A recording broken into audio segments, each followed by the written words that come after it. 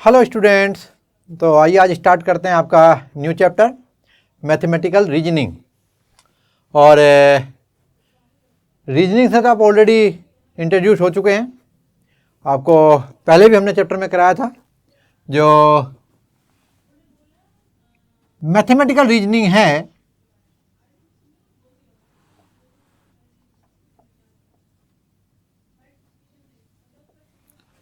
इसे समझने के लिए मैं आपको सबसे पहले रीजनिंग बताऊंगा।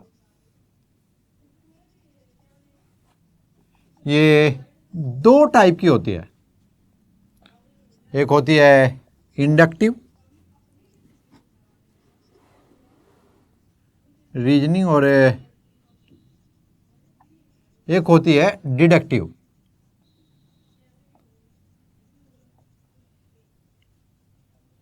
स्टूडेंट, जो इंडक्टिव रीजनिंग है ये हम ऑलरेडी आपको principle of mathematical induction chapter में बता चुके हैं, और जो डिडक्टिव रीजनिंग है वो हम आपको इस चैप्टर में बताएंगे।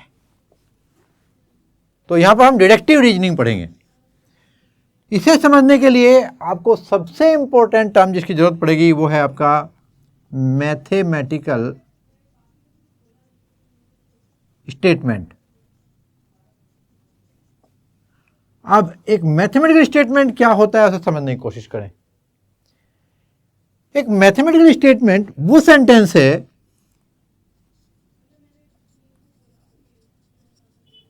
Any sentence is called mathematical statement if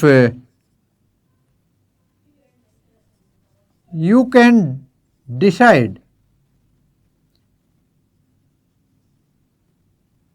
clearly that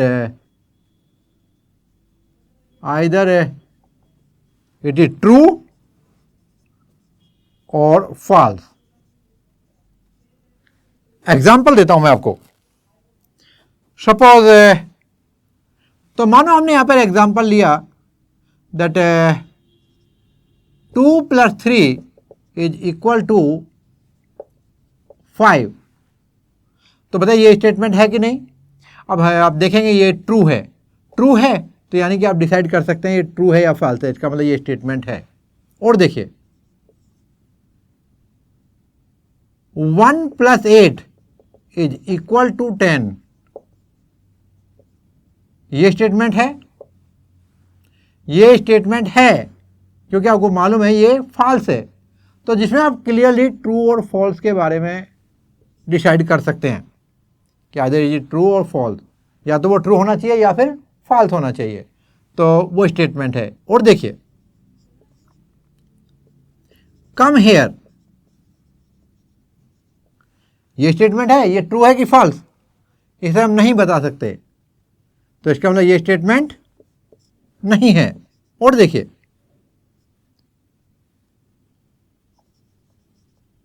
C is beautiful. अब यहां पर आप देखेंगे हु इज सी हमें नहीं मालूम। तो किसी एक के लिए भी ओके स्टेटमेंट आपका करेक्ट होगा, दूसरे के लिए स्टेटमेंट करेक्ट नहीं होगा। तो हम इसको डिसाइड नहीं कर सकते। पहली बात तो मैं आपको बताऊं कि ब्यूटीफुल की कोई डेफिनेशन ही नहीं है। तो यहां पर आप ट्रू एंड फॉल्स नहीं बता सकते। तो यानी ये भी स्टेटमेंट नहीं है। और देखिए वेयर आर यू गोइंग। अब बताइए ट्रू है या फॉल्स। तो यहां पर आप देखेंगे ये क्वेश्चन है। तो ये आपका सेंटेंस क्वेश्चन है। सेंटेंस तो ये भी है, ये भी है, ये भी है, लेकिन ये स्टेटमेंट नहीं है। तो एक ऐसा सेंटेंस जो मैंने बताया जो ट्रू और फॉल्स हम जिसके बारे में हम डिसाइड कर सकते हैं, यानी कि जो आइदर ट्रू हो और फॉल्स ये क्लियर हो सकता हो, उसको हम लोग क्या कहेंगे, स्टेटमेंट कहेंगे। आइए इसी के ऊपर आपकी पहली एक्सरसाइज है, देखते हैं एक्सरसाइज। और ये एक्सरसाइज है आपका 14.1।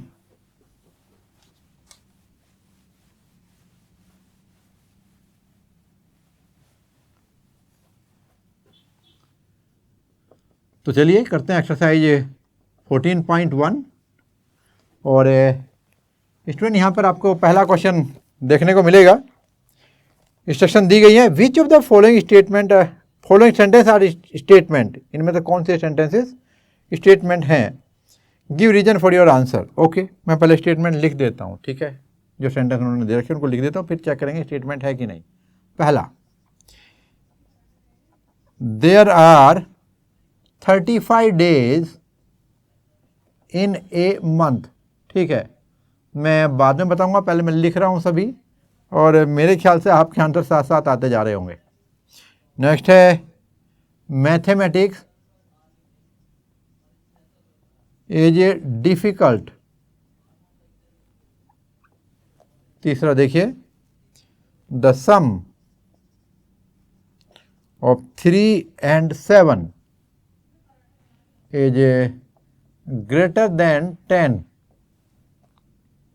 नेक्स्ट देखिएगा, the side of the square of a number is an even number. Next, the sides of a quadrilateral have equal length। Next देखेंगे, 6th पार्ट है इसका, आंसर दिस क्वेश्चन।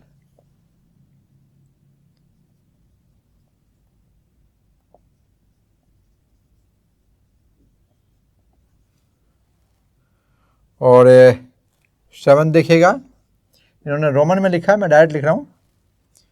यहां पर दिया है द प्रोडक्ट ऑफ -1 and 8,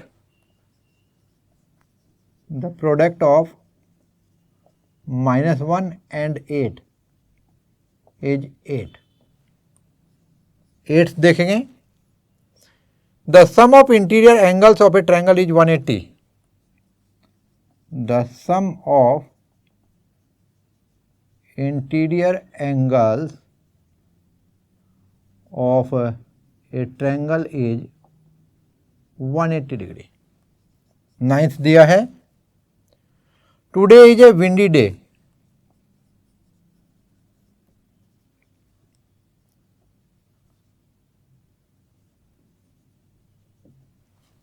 और 10th वाला है, all real numbers are complex number।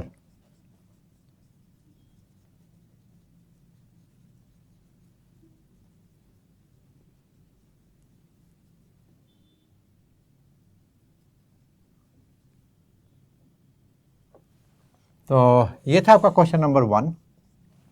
और अभी देखते हैं इसमें कौन कौन सा स्टेटमेंट है, कौन कौन सा नहीं। तो यहाँ दिया गया, there are 35 days in a month. हमें ये नहीं बताना कि स्टेटमेंट ट्रू है या फॉल्स, हमें ये बताना ये सेंटेंस स्टेटमेंट है या नहीं। यानी जिसमें आप डिसाइड कर सकते हैं, श्योर हो कि ये ट्रू है या फॉल्स है, तो वो स्टेटमेंट है, और जिसमें आप श्योर नहीं है कि ये ट्रू है या फॉल्स, वो स्टेटमेंट नहीं है। तो जरा देखें, पहला देखते हैं, there are 35 days in a month. आपको पता है वैसे मंथ में जो डेज हैं वे वेरी करते हैं, लेकिन आपको मालूम है कि किसी मंथ में मैक्सिमम नंबर ऑफ डेज जो होते हैं वो कितने हो सकते हैं, आउट ऑफ 12, 12 के 12 महीनों में जब आप चेक करते हैं तो 31 डेज से ज़्यादा नहीं होते। इसका मतलब ये स्टेटमेंट कैसा है आपका, फॉल्स। तो जहाँ आप फॉल्स या ट्रू को डिसाइड कर पाते हैं वो स्टेटमेंट है, यानी ये स्टेटमेंट है। मैथमेटिक्स इज डिफ़िकल्ट, एक स्टूडेंट के लिए डिफ़िकल्ट हो सकता है, दूसरे के लिए ये बहुत ही इंटरेस्टिंग सब्जेक्ट हो सकता है, यानी ये स्टेटमेंट नहीं है, क्योंकि यहाँ पे आप ट्रू और फॉल्स नहीं बता सकते। थर्ड देखिए, the sum of 3 and 7 is greater than 10। 3 + 7 कितना हुआ आपका, 10। ये इक्वल टू 10 होता है, ग्रेटर देन 10 नहीं होता। इसका मतलब ये कैसा हुआ, फॉल्स। यानी हम यहाँ पर डिसाइड कर पा रहे, यहाँ नहीं डिसाइड कर पाए थे, लेकिन यहाँ पर डिसाइड कर पा रहे, यहाँ पर आप डिसाइड नहीं कर पाए थे। तो यहाँ पर आप देखें ये स्टेटमेंट है। तो चलिए अभी नेक्स्ट चेक करते हैं। यहाँ पर आपको दिया गया है, the square of a number is an even number. अब आप यहाँ देखेंगे कि किसी भी नंबर का स्क्वायर इवन नंबर, तो यहाँ पर ए नंबर लिखा, अब हमें ये नहीं पता वो कौन सा नंबर है। तो देखिए यदि हमें कोई नंबर ये नहीं पता कि नंबर है क्या, तो स्क्वायर इवन भी हो सकता है और ओड भी। आपको पता है 1 का स्क्वायर 1 ओड होता है, 2 का स्क्वायर 4 इवन होता है। तो यहाँ पर नंबर क्लियर नहीं है, इसलिए हम डिसाइड नहीं कर पाएंगे कि यह ट्रू है या फॉल्स है, तो ये भी आपका स्टेटमेंट नहीं होगा। यदि होता है कि एनी नंबर, तो हम बोलते हैं कि ऑल नंबर के लिए ये फिर फॉल्स हो जाएगा। लेकिन यहाँ पर नंबर बोला तो हमें नहीं पता वो नंबर कौन सा जिसके लिए वो पूछ रहा है। अभी नेक्स्ट देखेंगे, the sides of A quadrilateral have equal length. अब ये नहीं पता वो जो क्वाड्रेटल है, इक्वाड्रेटल, वो कौन सा क्वाड्रेटल है, क्योंकि आपको मालूम है कि यदि ये स्क्वायर होगा तो इक्वल लेंथ होंगी, यदि ये रेक्टेंगल होगा तो इक्वल लेंथ नहीं होंगी। इसी तरह यदि रोम्बस होगा तो इक्वल लेंथ होंगी, और यदि ये पैरेललोग्राम होगा तो इक्वल लेंथ नहीं होंगी। तो यहाँ भी हम लोग डिसाइड नहीं कर सकते। अभी नेक्स्ट देखिएगा, आंसर दिस क्वेश्चन। तो यहाँ पर देखिए ये आपका एक ऑर्डर है, तो ये भी आपका ट्रू और फॉल्स के बारे में हम डिसाइड नहीं कर सकते, डिसीजन नहीं ले सकते। अभी नेक्स्ट देखिएगा, the product of -1 and 8 is 8। आपको मालूम है -1 को 8 से जब प्रोडक्ट करते हैं तो ये -8 आता है, इसका मतलब ये स्टेटमेंट आपका फॉल्स है। और यदि फॉल्स है तो स्टेटमेंट है, ट्रू होता तो भी स्टेटमेंट है, तो 7th आपका स्टेटमेंट है। नेक्स्ट देखिए, the sum of interior angle of a triangle is 180 degree. बिल्कुल ये ट्रू है, और ट्रू है तो भी ये स्टेटमेंट है। नेक्स्ट देखेंगे, today is a windy day. अब पता नहीं आज कौन सा दिन है, जब हमें ये नहीं पता दिन कौन सा है तो वो विंडी है कि नहीं हम नहीं कह सकते। क्यों? क्योंकि जो डे क्लियर करता है वो बताता है उस महीने का वो वाला दिन उस वाले शहर में उस वक्त बोला जा रहा है, तब आप बोल सकते थे। तो यहाँ पर ऐसा कुछ भी बताया नहीं है, तो ये कोई बोलेगा हाँ मैंने देखा हमारे यहाँ हवा बह रही थी, और दूसरे ने बोलेगा लिखेगा इसको रॉन्ग, क्योंकि वो कहेगा हमारे यहाँ हवा नहीं बह रही थी। तो यहाँ पे कुछ ट्रू बोलेंगे, इसको कुछ फॉल्स बोलेंगे, तो ये स्टेटमेंट नहीं है, ये सेंटेंस है। नेक्स्ट देखिए, all real numbers are complex number. आपको मालूम है जो कॉम्प्लेक्स नंबर होता है उसे हम लिखते हैं z = a + iota b। और यदि मैं b की वैल्यू 0 रख दूं, आपको मालूम है ये रियल पार्ट होता है और ये आपका इमेजनरी पार्ट होता है। तो यदि b की वैल्यू मैं 0 करूं तो z = a, इसका मतलब कॉम्प्लेक्स नंबर रियल भी होगा। तो यहाँ पर बोला all real numbers are complex number. बिल्कुल, जो रियल नंबर है उनका इमेजनरी पार्ट 0 होता है, ये वाला पार्ट 0 होता है। तो ये आपका स्टेटमेंट है और ट्रू है, ये ट्रू है। z = a + 0 i की तरह से उसको लिखा जा सकता है। तो यहाँ पर ये आपका स्टेटमेंट हुआ। तो स्टूडेंट इस तरह ये आपका पहला क्वेश्चन था, आपकी समझ में आया होगा। यहाँ पर देखिए पहला स्टेटमेंट है, दूसरा नहीं है, तीसरा स्टेटमेंट है, चौथा नहीं है, 5th वाला स्टेटमेंट नहीं है, 6th वाला भी स्टेटमेंट नहीं है, 7th स्टेटमेंट है, 8th स्टेटमेंट है, 9th स्टेटमेंट नहीं है, और 10th वाला जो आपको दिया गया ये स्टेटमेंट है। आइए सेकंड क्वेश्चन देखते हैं एक्सरसाइज का। और यहाँ पे आपसे पूछा है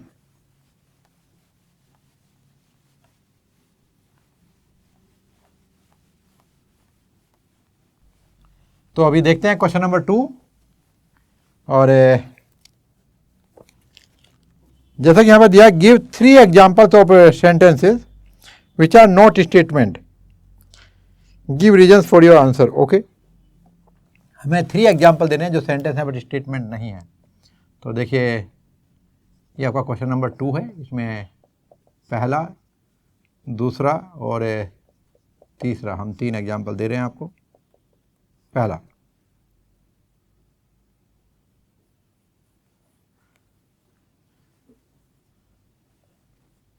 पहले में आप लिखेंगे टुडे इज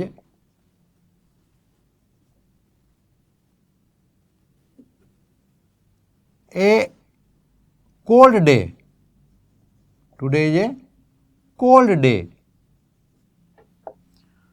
तो हमें नहीं मालूम कि किस दिन की बात कर रहे हैं हम लोग। इसी तरह से बोलेंगे he is good boy, he is a good boy. अब वो कौन सा है भाई हमें नहीं मालूम, किसके बारे में बात कर रहे हैं। और तीसरा लिखेंगे from where are you coming. यहाँ भी देखिए इन तीनों एग्जाम्पल ये स्टूडेंट टू स्टूडेंट वेरी करेंगे, कोई ज़रूरी नहीं है कि दूसरे स्टूडेंट का सेम हो।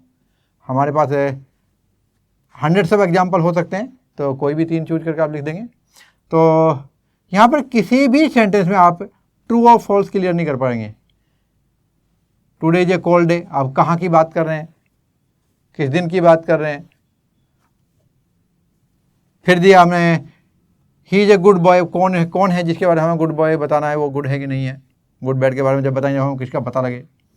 नेक्स्ट है, फिर वो भी इसमें प्रिस्क्रिप्शन अलग अलग हो सकती है, कहेगा ये मुझे तो अच्छा लगा, दूसरा कहेगा मुझे अच्छा नहीं लगा। नहीं, देखिए from where are you coming, कहाँ से आ रहे हैं। अब इसमें ट्रू है कि फॉल्स है, यू कैन नॉट डिसाइड।